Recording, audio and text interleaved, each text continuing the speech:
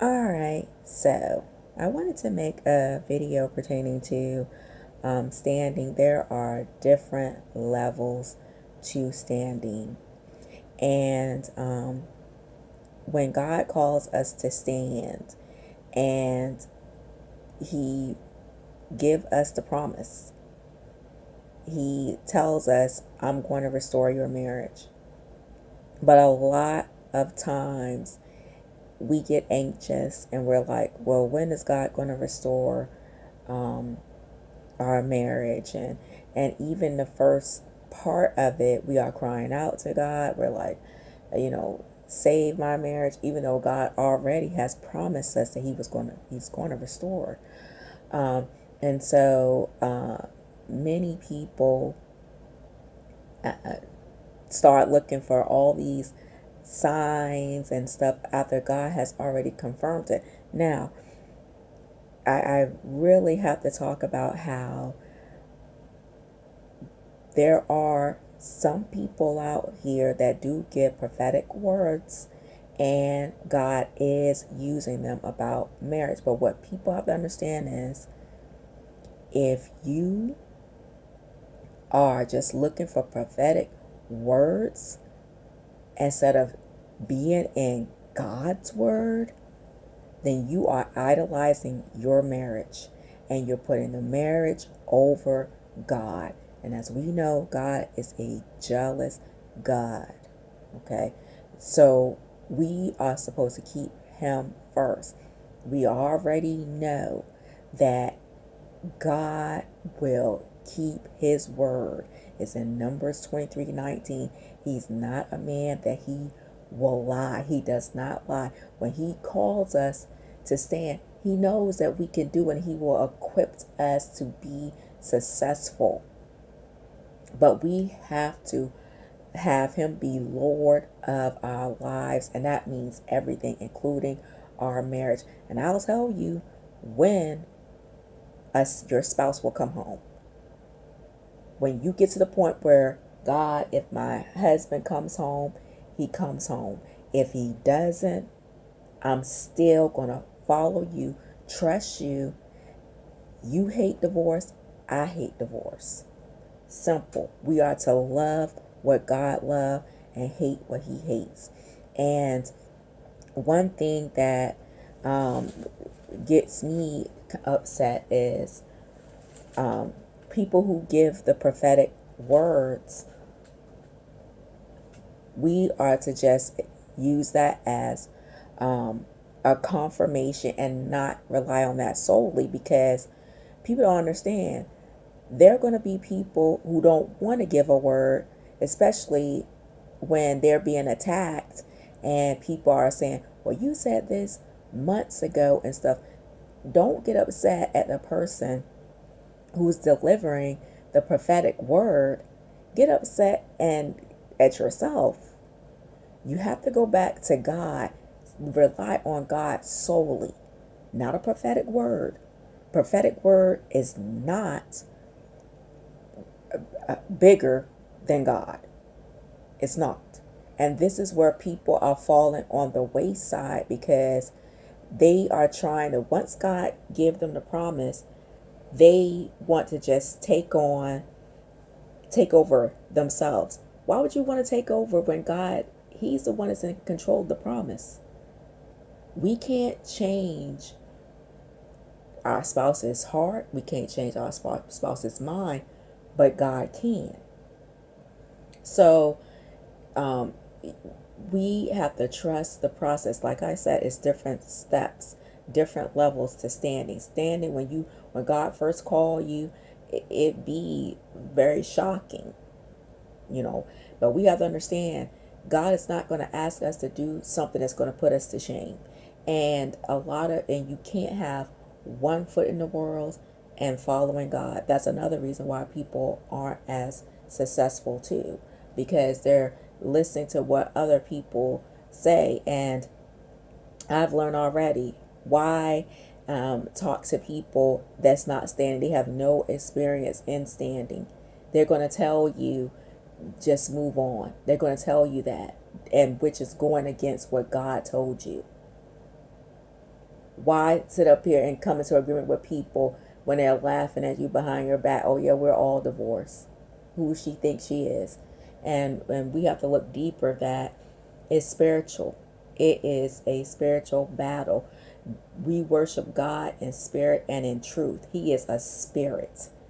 It is also in Ephesians 6 that we have to put on the full armor of God, because we wrestle not against flesh and blood.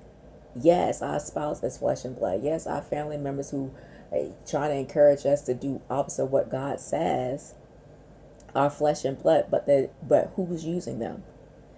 The minute that they are encouraging you to do the opposite of what God says, then you already know who's using them.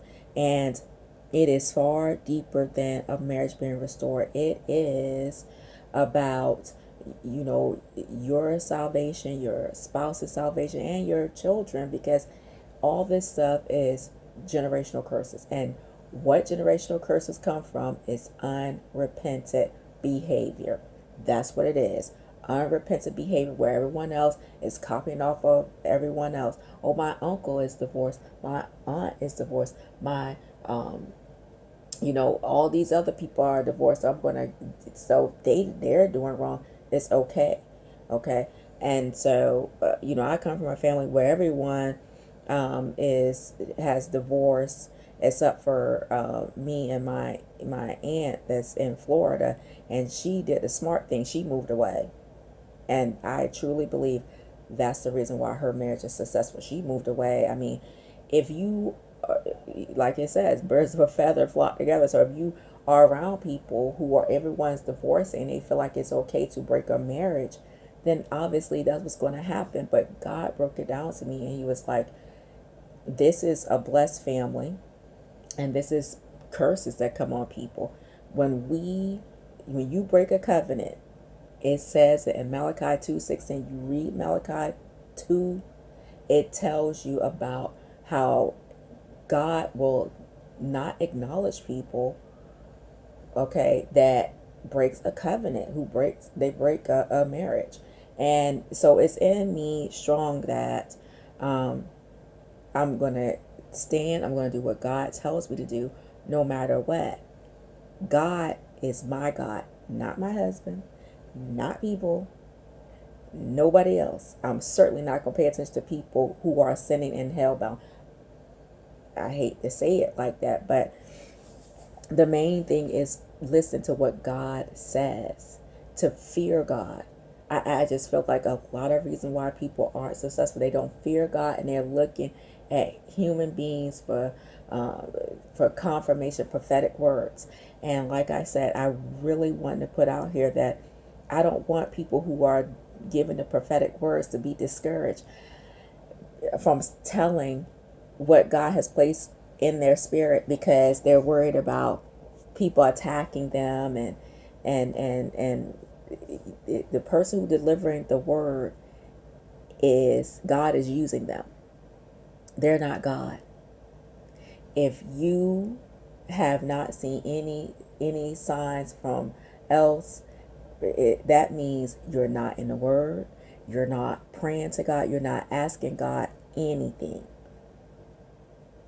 And so that's the reason why restoration isn't happening. And that's the truth. Like, when you get to the point where God is enough and you're not worried about a human being, then restoration will happen at any time. But as long as you're focusing on what your spouse is doing, blaming the spouse all the time, they're doing this, that means you're not paying attention to God. It's idolatry. That's idolatry. And if you are not keeping God number one, then you're not going to seek Him. You're not going to read the Word. You're not going to fast. You're not going to pray. And that's basically taking things into your hands. Why not keep your eyes focused on God? He will deliver the promise. Focus on Him. He will send the confirmation through a prophetic word. But we have to make sure that we are not biting the hand that's feeding. You know, I'm seeing more and more women, who are delivering prophetic words. And they're like, they don't even want to do it because of how people are reacting. And they're like, this was said months ago. You have to check your standing. Check your stand. Check your stand, because we have to understand when we're standing, it's not just about our spouse, it's about us too. God has to do a work in us. When a marriage becomes in trouble, obviously we're doing things the world way, and not having God number one, but also we did something. We contributed something to the marriage being in trouble too. It wasn't just the spouse. So the moment we acknowledge those things, we can have we could be successful at standing, because God has to be enough. That is the secret. That is a success to standing. You can stand successfully when God gets to be enough. He has to be enough. His word, everything he's telling us. God does not, where in the word has he ever taken back a promise? Nowhere. So we have to trust him and follow him and trust him solely.